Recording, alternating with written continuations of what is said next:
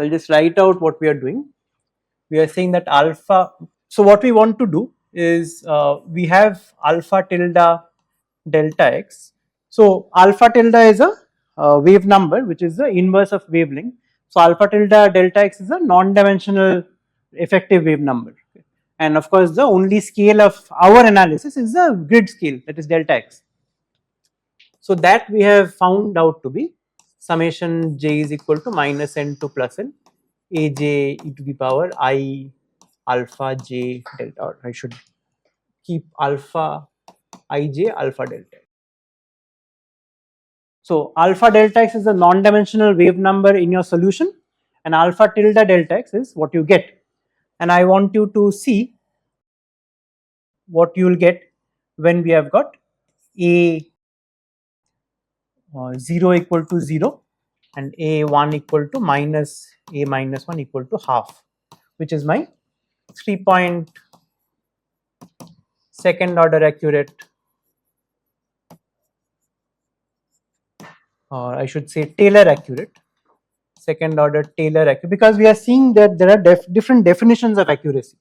So second order Taylor accurate central difference scheme.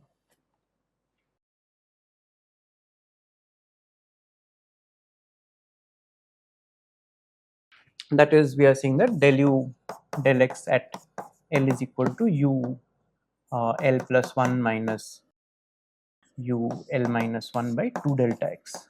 So a1 and a minus 1 are half and minus half, and a0 is of course 0.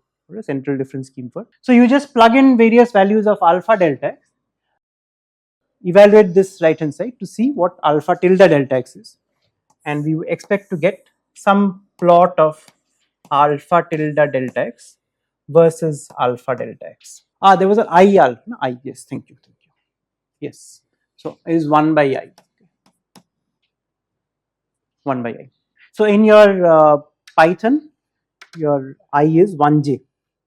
So I'll work with this alpha delta x and call it k, which is the non-dimensional wave number of your solution, and this as k tilde, which is the corresponding effective non-dimensional wave number.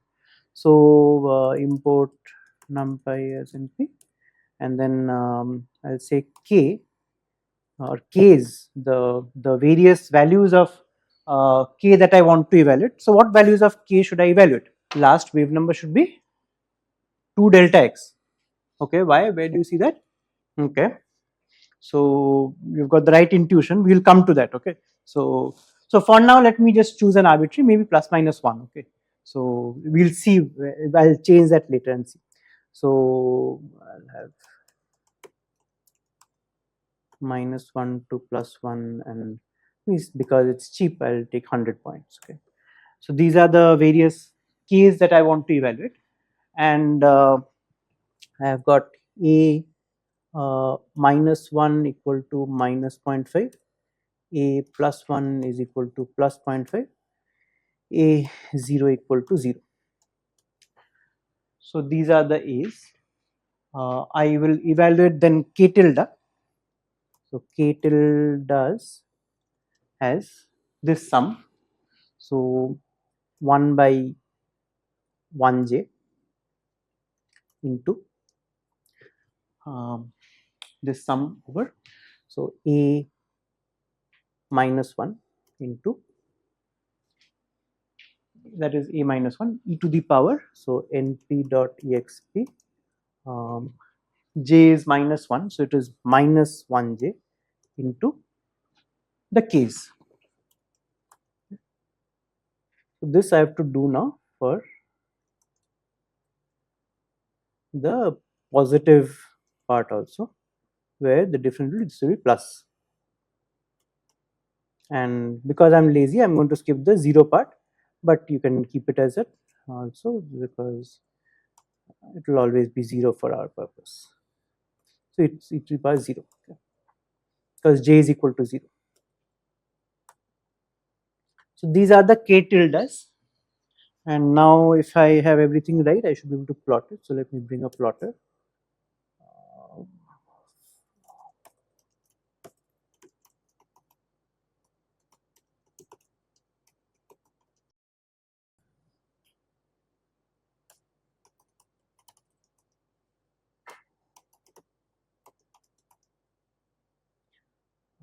we've got K's and K tildes.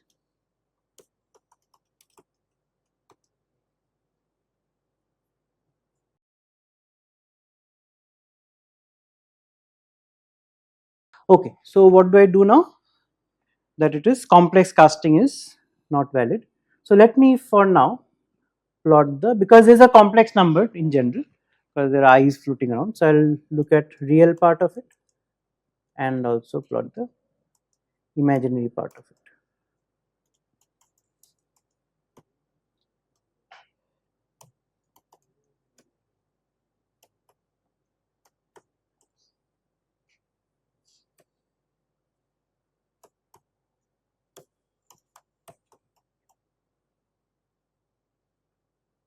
Okay. So this is what I'm getting. So I would like it to be a 45-degree straight line, that whatever alpha delta x I have in my solution, the scheme should not mess with that. So I want to have a line that is 45-degree passing through the origin and nice. But what I'm getting already is some deviations from it. Okay, you can see it curving over. So I'm getting something that is already behaving badly, slightly. So it is. So if I were to see how badly it behaves, I can overlay. So the imaginary part is all 0. Okay, imaginary part is all 0, which is good. So it is. Why is that good, by the way? What will the imaginary part do? Yes. So let's look at that first. So we are saying that if u, so we are saying that we are going to recompose u of x as a Fourier transform. So alpha equal to minus infinity to plus infinity u tilde alpha e to the power I alpha x d alpha. So this is how, so this is what I will look at if I were to do this really, but I am never going to do that, but we are going to analyze that. So we have got now u tilde alpha, we know now, but this will not be alpha, this will be alpha tilde, slightly different. And now alpha tilde is no more a complex number, if no more a real number, then we will have a complex part of it. So we have to take care of the entire complex plane of that integration. In particular, whenever we have got I alpha tilde r plus I alpha tilde I x, so the real and imaginary part of it. So this will give me I alpha tilde r x times a minus alpha I tilde x. So where both of these are now real, alpha and alpha I. And so if alpha is positive, then I'll have a decaying part to the solution. In x, okay, it's decaying in x, not in r or not in time, but in x it is decaying. Whereas if alpha I tilde is negative, then I'll have an exponential growth. So my solution, which was like this, that I thought of it to be, and I just wanted to propagate in one way or the other. Instead of that, what I'll end up after some time, or after a few steps of this back and forth, is I'll end up with a growing and growing, and this is in x, which is not what I want, not fun. So it does away with the preservation of the shape that we are after. So we definitely did not want alpha I tilde to be non-zero, because that would have a decaying or a growing part to the solution, which is good. So my scheme is not having that part, and we'll see which aspect of the scheme is actually avoiding that in a moment. But if I just wanted to plot a 45-degree line, then I will do k's and k's.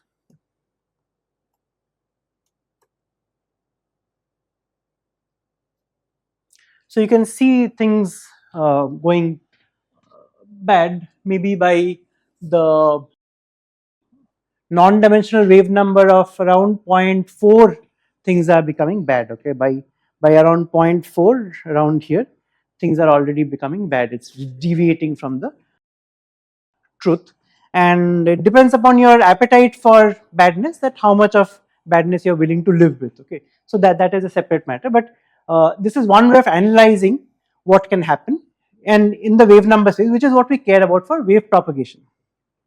So now I would invite you to look at the scheme for the fourth order.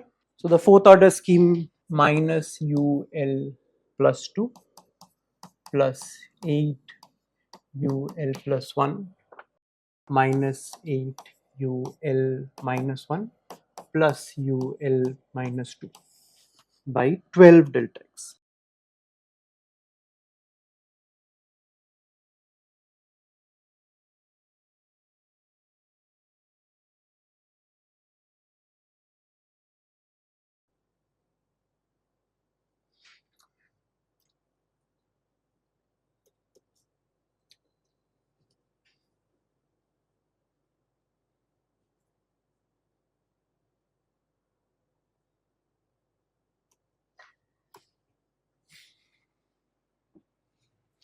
So I'll just do it then.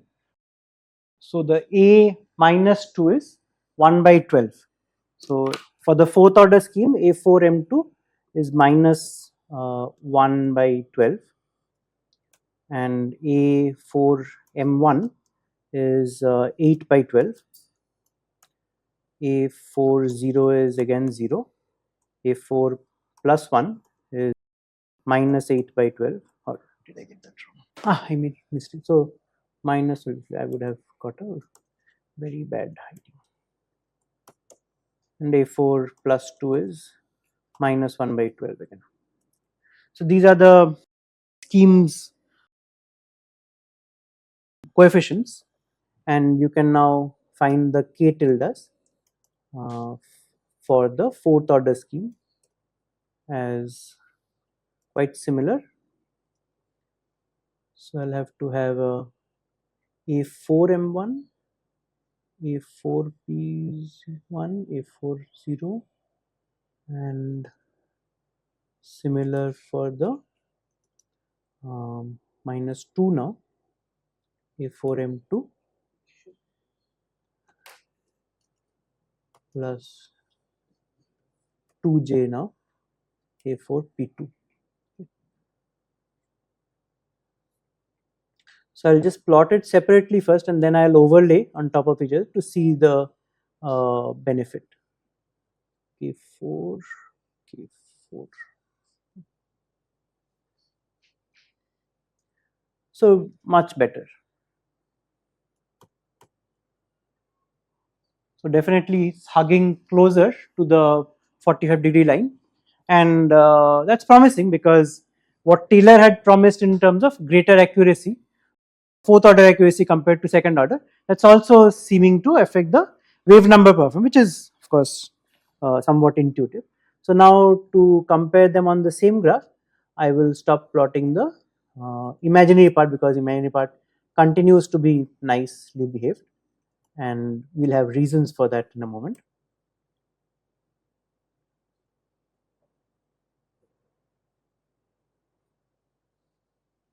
And you can see how much better. So now it's a solid black is the second order, and the dotted black is the fourth order accurate, and it's much better compared to the second order accurate. And you can go on for the higher order schemes and so on. So why are we getting this imaginary part to be 0, which is nice, of the schemes? So all our schemes are perfectly symmetric. So we have got this nice symmetry, which is Aj equal to minus A minus J, and so A0, which is equal to minus A minus 0, which is equal to minus A0, is of course equal to 0, because if A0 equal to minus A0, that means both of them are 0. So we can see this in our result here if we plug it in here and use the Euler formula. So we are going to do that in a moment. So we are saying that alpha tilde delta x is 1 by I summation j is equal to minus n2 plus n aj e to the power ij alpha delta x. Okay. So I'll write this using Euler's formula.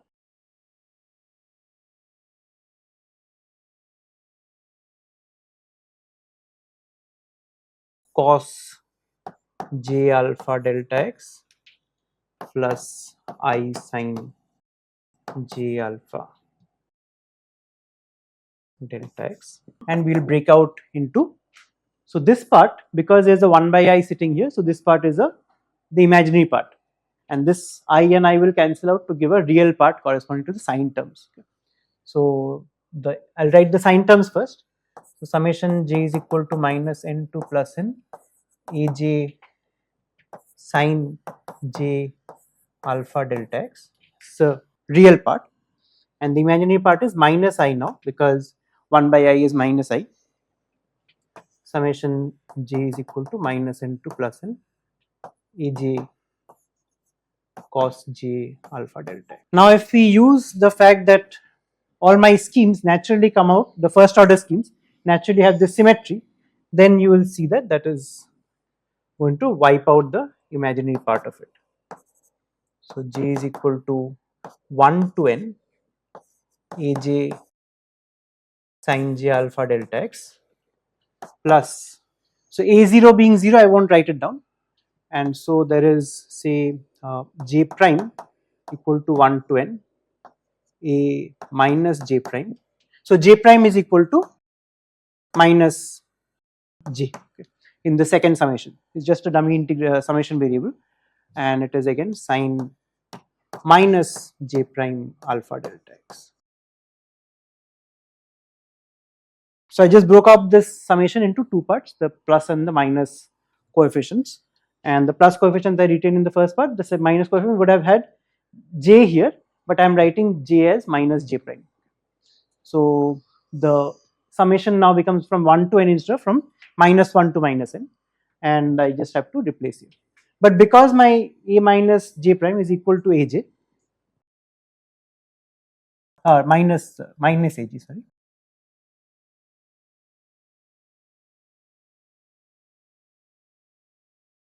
So using the symmetry, and j prime being just a dummy integration, a dummy summation variable, I'll just go back to j minus aj, but sine of minus x is sine minus sine x, so that I get another sine of j alpha delta x, and the minus minus nicely cancel out to give you twice of this quantity.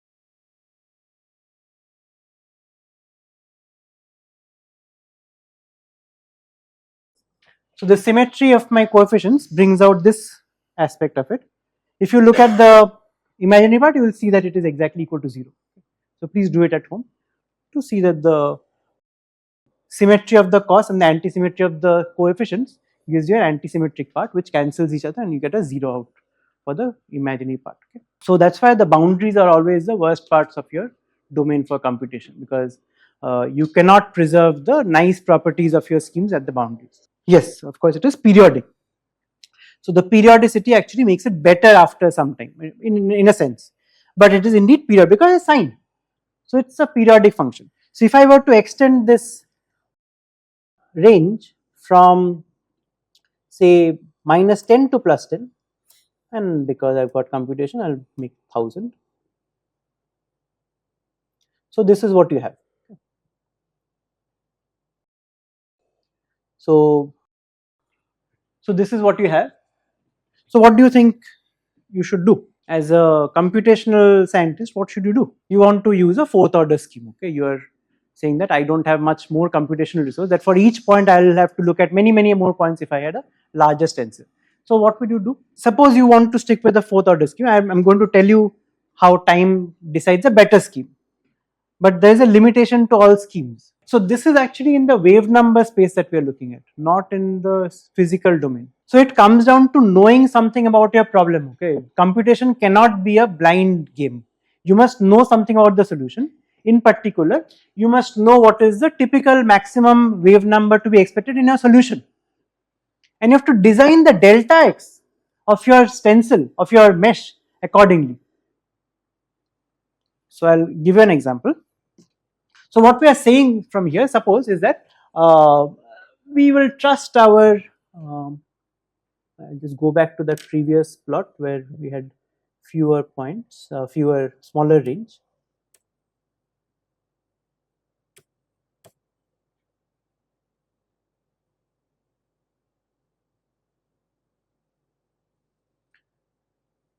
So this one I think we can trust till say 0.7, okay, just a number 0.7. So what we are saying is that, so remember for your first ungraded homework you did a Fourier transform in time and you found that there is a spectrum of your signal. Similarly, you can take a particular sound problem, say in this room, you can do a Fourier transform in space. That's what we are doing, and you will find that there is a spectrum to your, so you can look at a wave number spectrum. So this is a wave number spectrum, and you can define a PSD as a function of alpha, and you should expect again that beyond a certain alpha there shouldn't be much activity in your solution. My solution should not have too much of going on at a very high wave number, that is very small wavelength. Remember that alpha is equal to 2 pi by lambda. So what we are saying is that my solution will have, typically, again this is a physical intuition, typically my solution will not have infinitely small wavelength in its part. So it will be made up of a range of wave numbers, but it should not have a significant energy at very high wave numbers, that is very small wavelengths. Just like typically it will not have very significant energy at low wave numbers also. Okay? That there is typically a peak in your spectrum, and you saw that in your homework. So what we are saying is that, suppose we are saying that our scheme cannot resolve everything, we saw that, okay, it cannot do everything.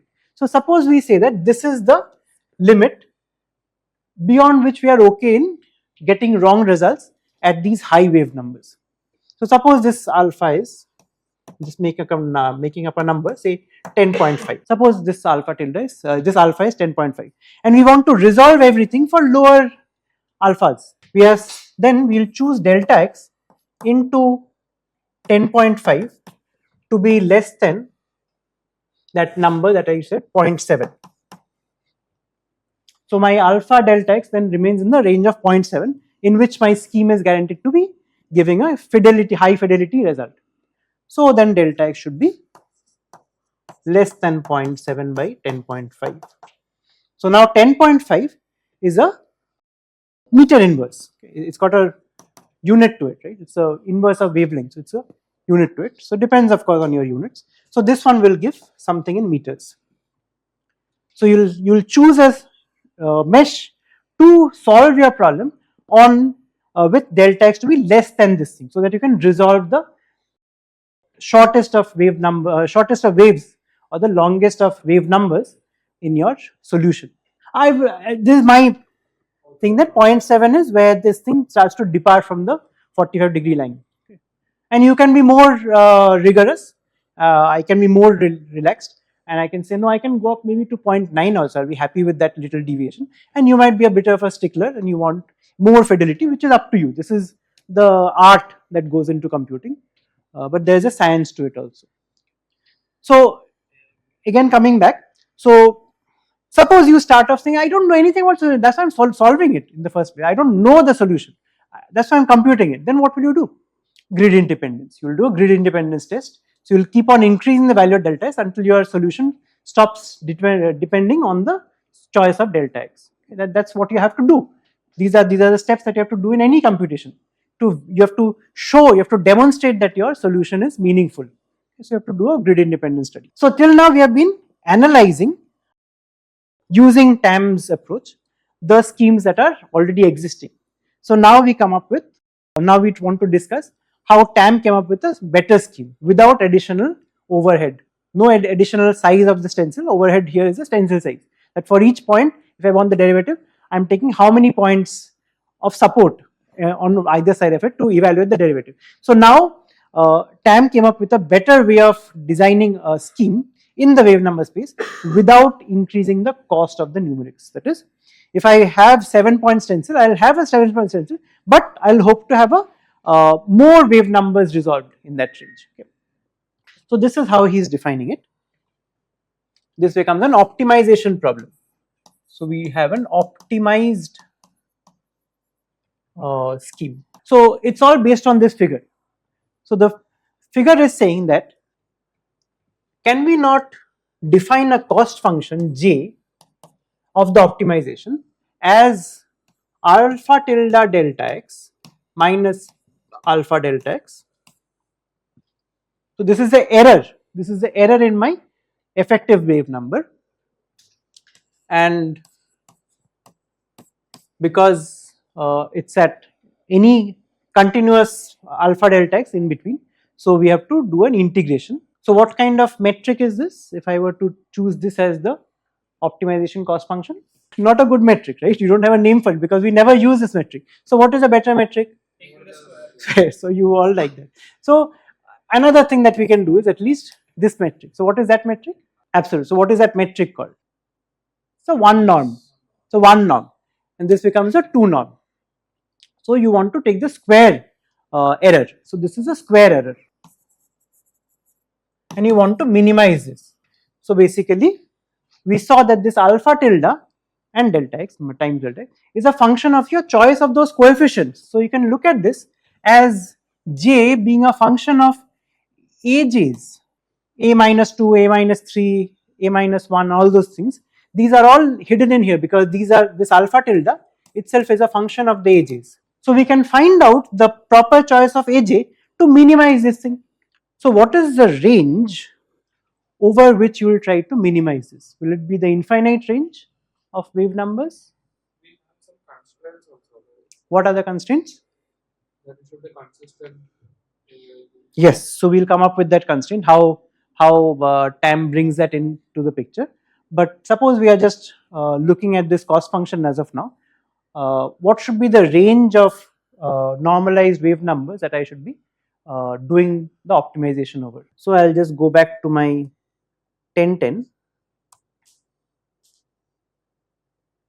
You should increase the number of points. So we are seeing that it is periodic. What is the periodicity? 2 pi. It must be because that was my expression that we had.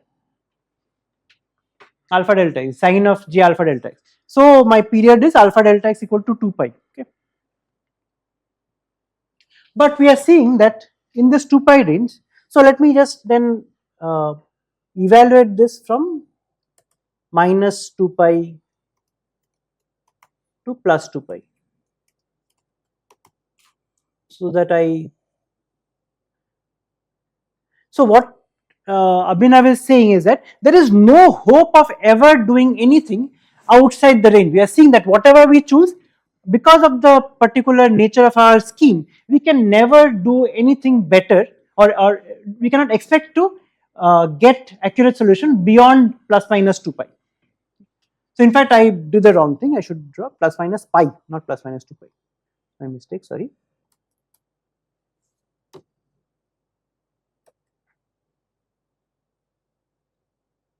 In particular, my scheme gives a negative wave number. For a positive input wave number, I get negative effective wave number beyond the 2 pi limit, 3.14. In fact, you can see, and your intuition should also tell you, that pi by 2 is the maximum that you can get to. Okay, all your schemes will again decay beyond pi by 2. Okay.